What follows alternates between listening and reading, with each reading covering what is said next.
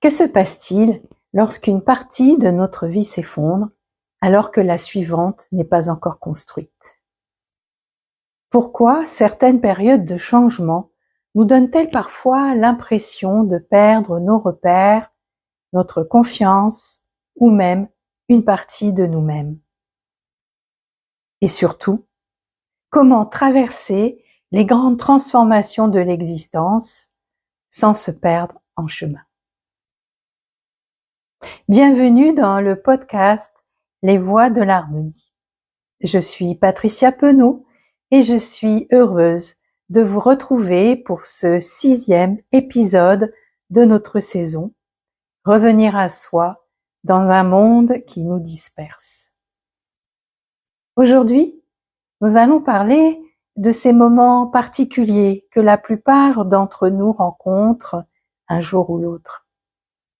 Ce peut être une séparation, un deuil, un problème de santé, un changement professionnel ou encore le départ des enfants, une remise en question profonde, ou parfois simplement cette sensation étrange que la vie qui nous convenait hier ne nous correspond plus tout à fait aujourd'hui. Cela me fait penser à une petite histoire. Au milieu d'une traversée en barque, un voyageur regarda derrière lui. La rive qu'il avait quittée s'éloignait. Il regarda devant lui. La rive d'arrivée semblait encore très loin. Pris d'inquiétude, il demanda au passeur : « Sommes-nous perdus ? » Le passeur répondit simplement : « Non, non, nous sommes en chemin. » Et je crois que beaucoup de périodes de transformation ressemblent à cela. Nous ne sommes plus là où nous étions, mais nous ne sommes pas encore arrivés là où nous allons. Et entre les deux, il y a l'incertitude. Mais soyons honnêtes, l'incertitude n'est pas exactement ce que nous préférons.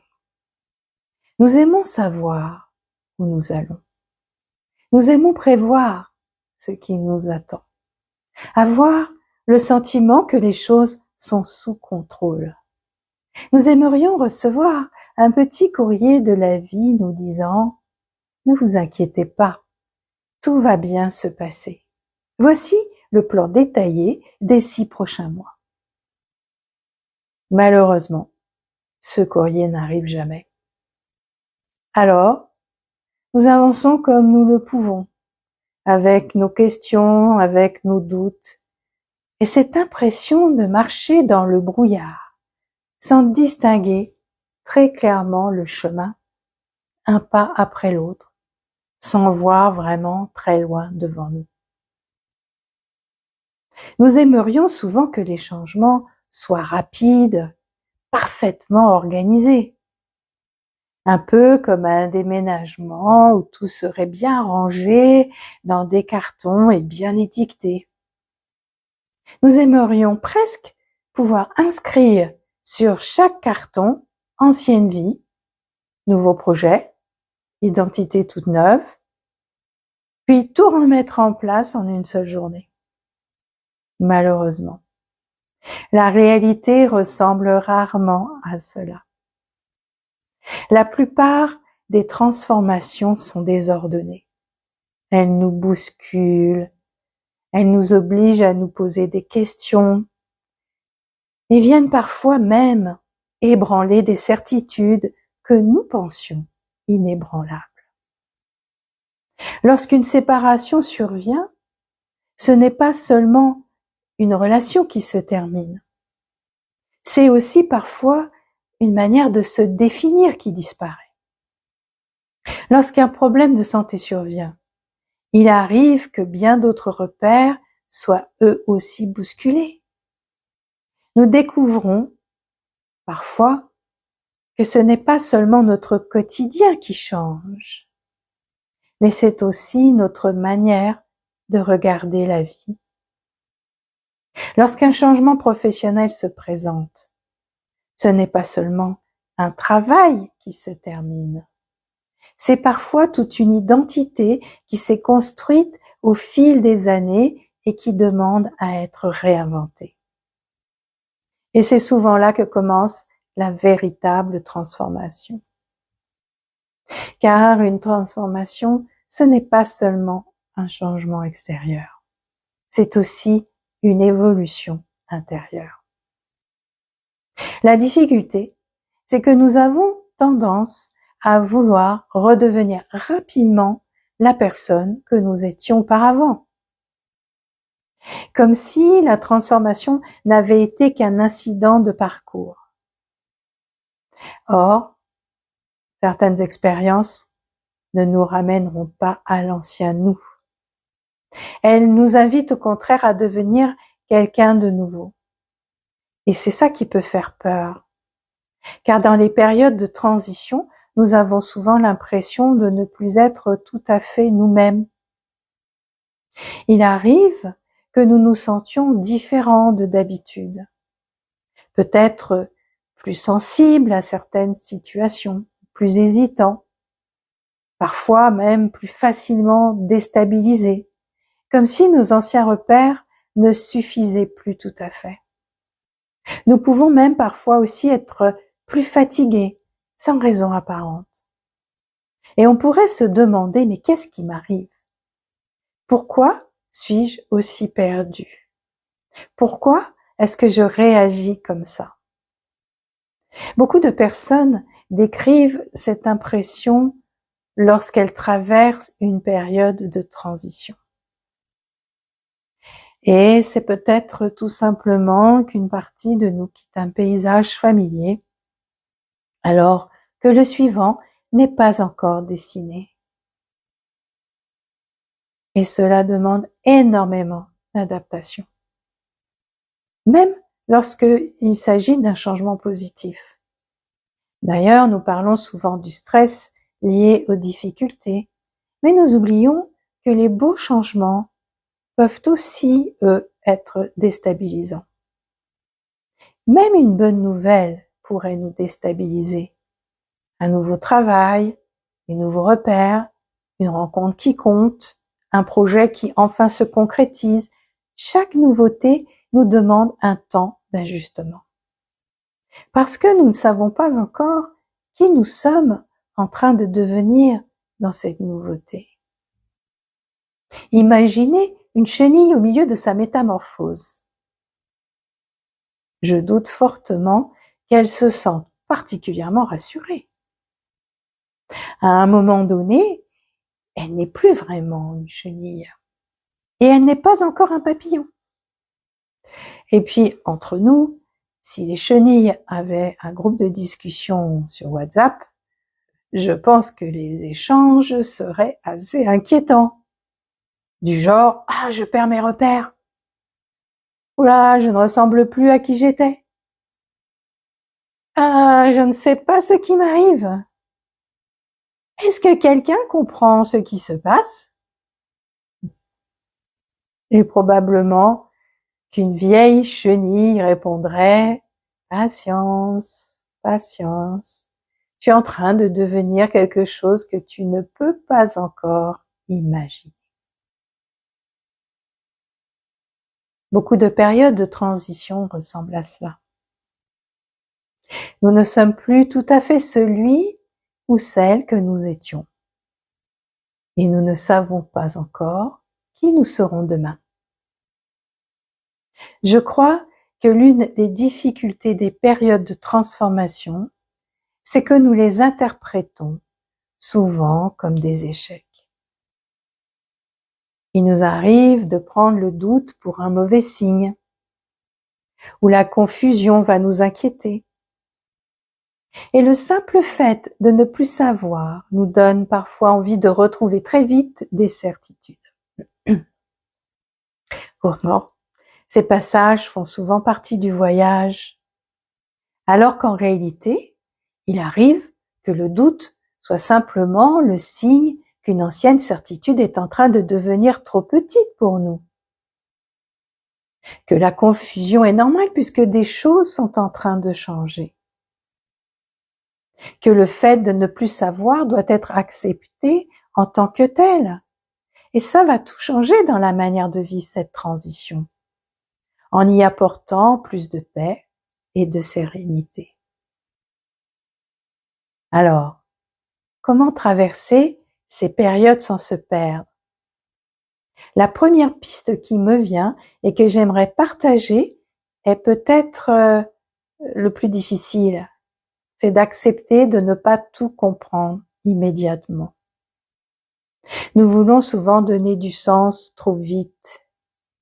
Nous voudrions comprendre tout de suite, trouver une explication et savoir enfin dans quelle direction avancer. Mais certaines réponses ont besoin de temps, comme les fruits qui mûrissent. On ne tire pas sur une fleur pour l'aider à pousser. Une autre piste pourrait consister à distinguer ce qui change de ce qui demeure. Car dans les périodes de transformation, beaucoup de choses vont évoluer. Beaucoup de choses comme nos habitudes, certains projets, parfois même au niveau des relations qui nous entourent. Pourtant, il existe aussi des points d'appui qui vont demeurer. Nos valeurs vont rester. Notre capacité à aimer ce que la vie nous a appris, notre humanité vont rester. Lorsque tout semble bouger, il est vraiment précieux de se rappeler tout ce qui est là encore et qui demeure. Il y a aussi quelque chose qui me paraît précieux, c'est de continuer à nourrir le lien avec soi-même. Parce que dans les périodes de transition, nous passons souvent beaucoup de temps à essayer de comprendre ce qui se passe autour de nous. Et parfois, nous ne passons pas assez de temps à écouter ce qui se passe à l'intérieur de nous. Pour certains, ce pourrait être l'écriture, pour d'autres, faire une promenade ou quelques minutes de silence, se donner un moment de création ou même une conversation avec une personne de confiance, peu importe la forme. Parler avec une personne de confiance peut être soutenante. L'essentiel est de conserver un espace où l'on peut continuer à se rencontrer.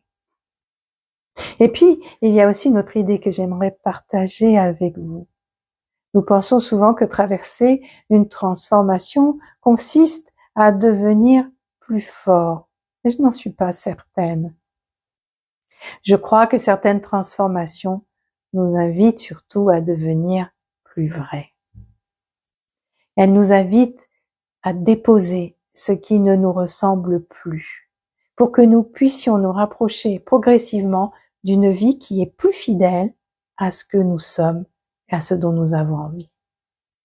Il m'est arrivé d'entendre des années après un bouleversement ces remarques. Si quelqu'un m'avait proposé de vivre cela, j'aurais refusé sans hésiter. Et pourtant, je découvre aujourd'hui que cette traversée m'a révélé une partie de moi que je ne connaissais pas. Elles reconnaissent qu'elles ont révélé quelque chose d'essentiel.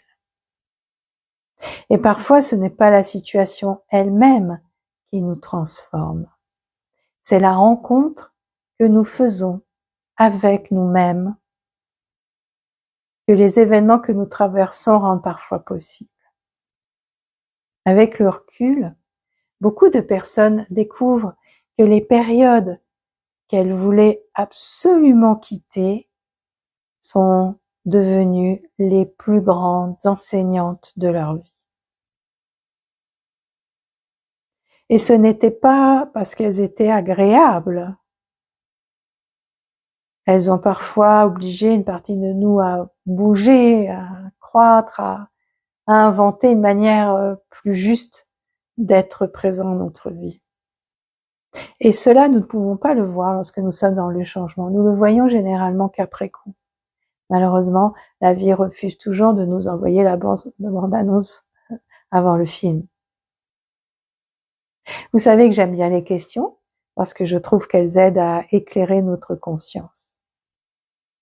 Alors aujourd'hui, j'aimerais vous laisser avec une nouvelle question. C'est celle-ci.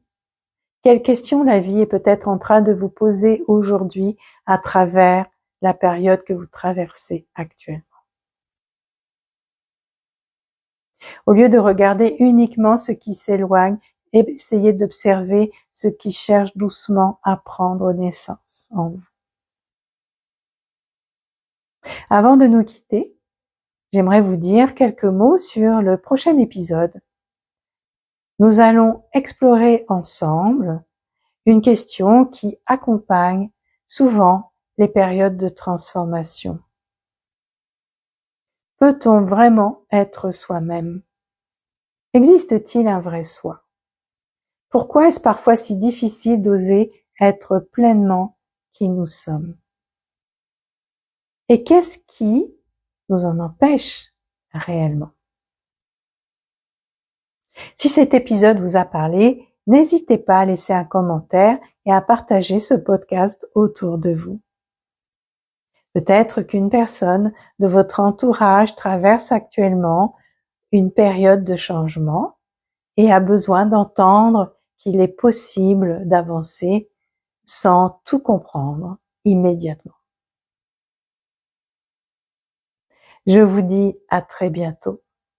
Prenez soin de vous comme on entretient une flamme avec douceur, avec confiance et avec patience envers les transformations qui sont en train de faire leur œuvre. À très vite sur les voies de l'harmonie.